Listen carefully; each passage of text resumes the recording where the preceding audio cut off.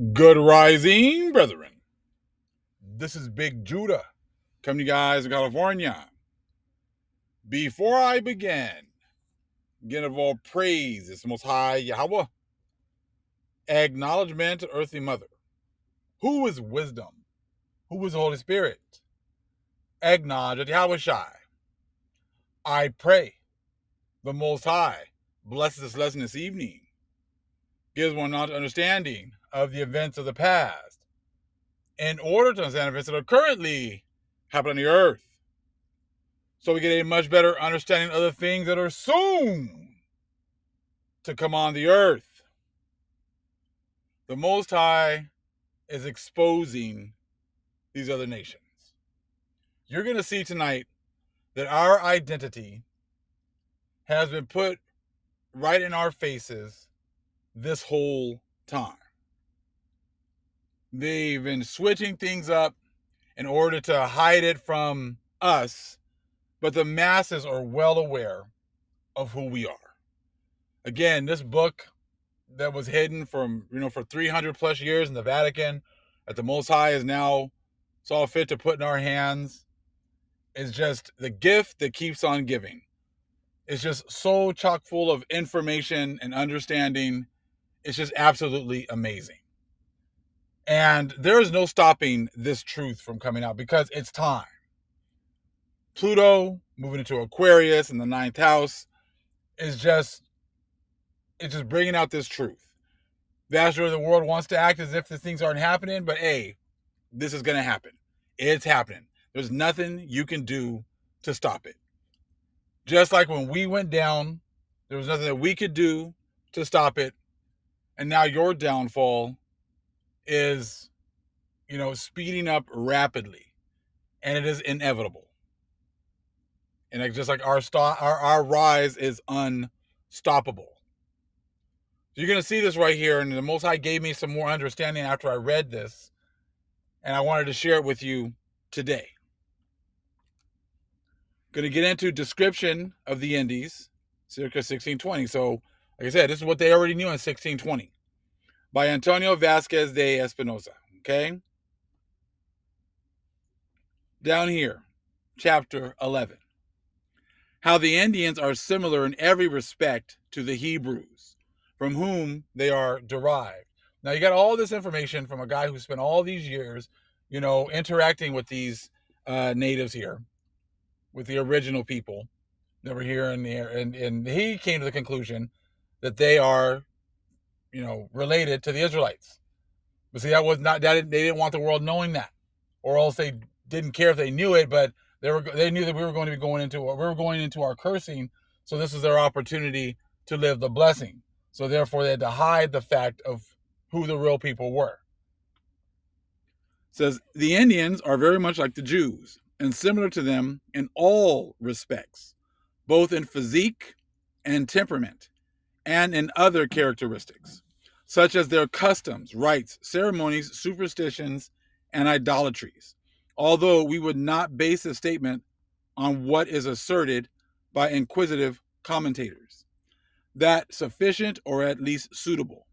Reason is to be found in the similarity of their names. Check this part out. This is huge. But the similarity of their names, both being written with the same letters, except merely the U.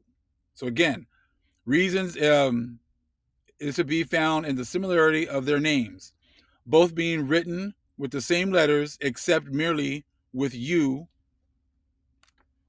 okay, of the first syllable. If you change it to N, you will say Indio or Indian instead of Idio or Judio, actually. Okay, Judio is what they call now a Judio or a Jew. But you remember, there was no J back in the day. So it would have been an Indio, I-N-D-I-O, and all they did was they flipped the N to a U for Judio. So it's exactly the same word, except the U and the N are flipped. So check this part. There's a little bit more to this and this that I'm going to show you guys because the Most High explain to something else to me I wanted to share with you. Okay, so if you change it to an N, you will say Indio or Indian instead of Judio or Jew. Okay, as is clear from the letters and the names, but while that is not a sufficient argument, it does at least weigh in favor of our opinion. Now, what are the odds that all they're going to do is flip one letter? And all of a sudden now, they're just two totally different people. You got a word for a Jew, Judio, or Eudio, okay? And then you got Indio. Only thing they did was they flipped the N to the U. So you're trying to tell me those people are two totally different people. They didn't know, they didn't know anybody. Why would they come up with a totally different word? And anyway, like Indio is kind of like Indios, like of God, like the people of God. But you got the Most High's people broken into two groups: Southern Kingdom, Northern Kingdom. This all plays into this as well. Take a look here. Eudio. First letter, first vowel, U. See how it kind of humps down at the bottom?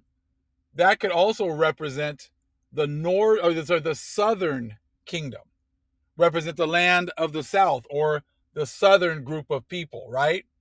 So that U right there could easily just be talking about, like a code, code way of representing the Southern Kingdom. And then you just go to Indio. So you flip that U to an N, and now that hump is going up north, so representing the Northern Kingdom. So just by flipping one letter, you could be referring to the Southern Kingdom here, which would be the Jews.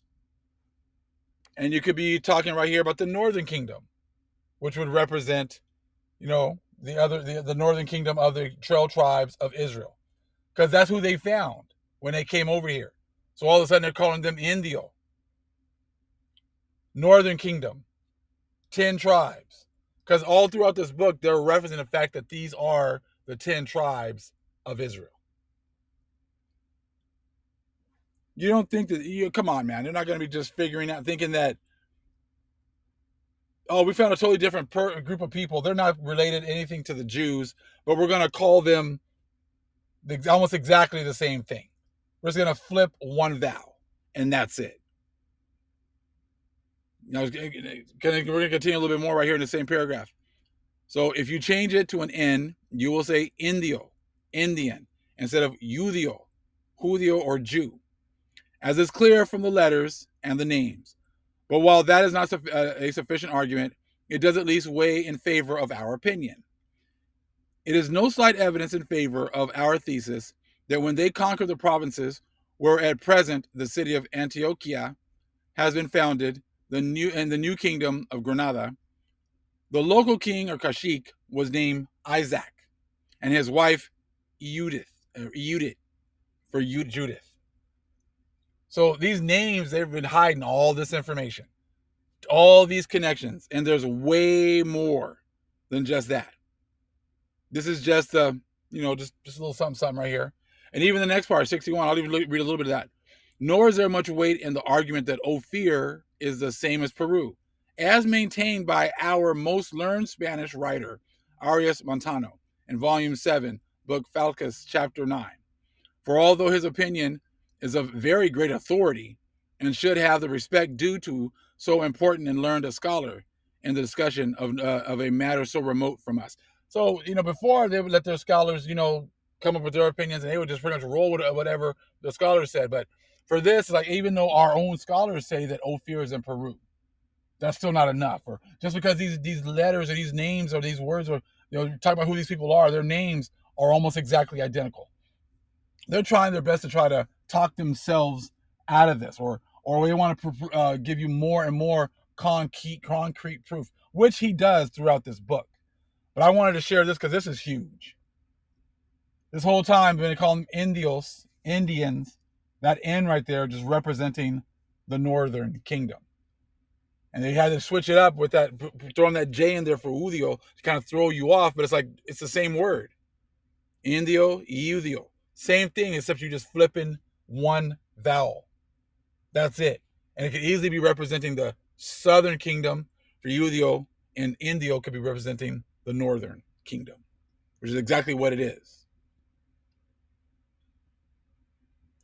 So like I said, the Most High is just bringing out so much information. And, we're going to get crickets. I do find it kind of amusing, though. I've been seeing so many people trying to all of a sudden get into other books. All of a sudden trying to start to talk about other books. But then try to break it down to whatever it is that whatever level they're at, they're trying to only use these other books into those levels. You're going to see that even these people in this book, they were familiar with the book of Enoch. They were familiar with the 70 shepherds. They might not come out and tell you, but their breakdown of historical events goes with the book of Enoch and goes with the 70 shepherds. Their blessing and the curses that they were living shows you that they're well aware of the fact that the Israelites were going under the curse and that this was their opportunity to run the world. Now, your time is quickly coming to an end. And I love the fact that none of them are trying to debunk any of this information. Because they can't. Because they are guilty. They are guilty, and they're standing here with blood all over their hands. All praise the Most High Yahweh. Acknowledgement of earthly mother. Who is wisdom? Who is the Holy Spirit? Acknowledge Yahweh Shai. Shalom.